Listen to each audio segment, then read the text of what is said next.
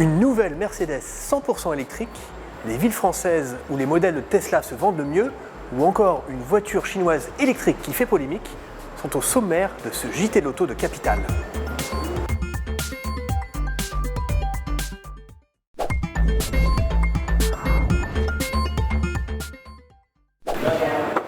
Et on commence tout de suite ce JT par la révélation de la semaine. C'est un SUV, il est 100% électrique. Voici le Mercedes EQA. Le QA ressemble beaucoup au GLA, me direz-vous, mais c'est normal parce que les deux modèles reposent sur la même plateforme et ont un design assez similaire. On note quand même quelques différences qui démarquent le QA, notamment cette bande lumineuse qui rejoint les deux feux avant et qui était illuminée seulement à basse vitesse. On retrouve aussi cette bande lumineuse qui relie les deux feux arrière. On a également une calandre pleine, donc il y a quand même quelques différences. Mais la principale différence par rapport au GLA se trouve ici, sous le capot. Il n'y a pas de moteur à combustion interne, il est remplacé par un moteur électrique asynchrone. Il développe une puissance de 140 kW et anime les roues avant. Il est alimenté par une batterie de 66,5 kWh de capacité qui promet une autonomie jusqu'à 426 km, selon le cycle WLTP.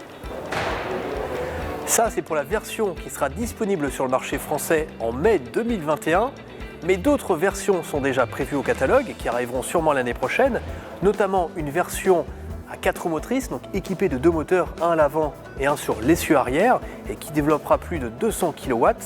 Il y aura également une version dite à longue autonomie. Mercedes promet plus de 500 km d'autonomie. À bord aussi, les propriétaires de l'actuel GLA ne seront pas dépaysés en découvrant cette EQA.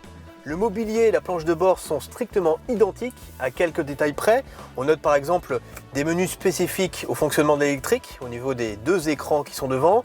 On a aussi un éclairage d'ambiance spécifique et il faut noter aussi les palettes au volant qui ne servent plus à changer les vitesses. Il n'y a pas de boîte de vitesse sur cette version électrique, mais qui servent à amplifier la récupération d'énergie au freinage.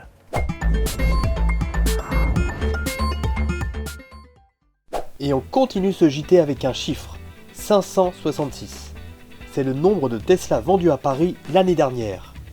La capitale est la ville française où les ventes des voitures d'Elon Musk sont les plus importantes, devant une autre ville parisienne, Chambourcy. Viennent ensuite les villes de Marseille et de Lyon.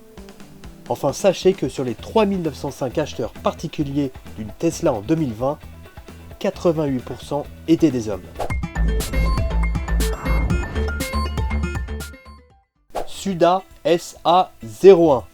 Non, ce n'est pas le nom d'un nouveau smartphone, mais d'une voiture chinoise électrique qui est en train d'arriver sur le marché européen. Et elle fait scandale cette voiture chinoise, car elle serait particulièrement dangereuse. C'est en tout cas les conclusions tirées par l'organisme allemand l'ADAC qui a procédé à plusieurs tests, dont un crash test.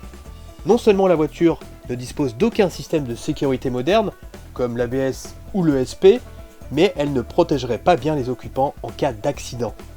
Le comble, c'est qu'elle pourra malgré tout être vendue en France et en toute légalité car le constructeur l'a homologuée en petite série.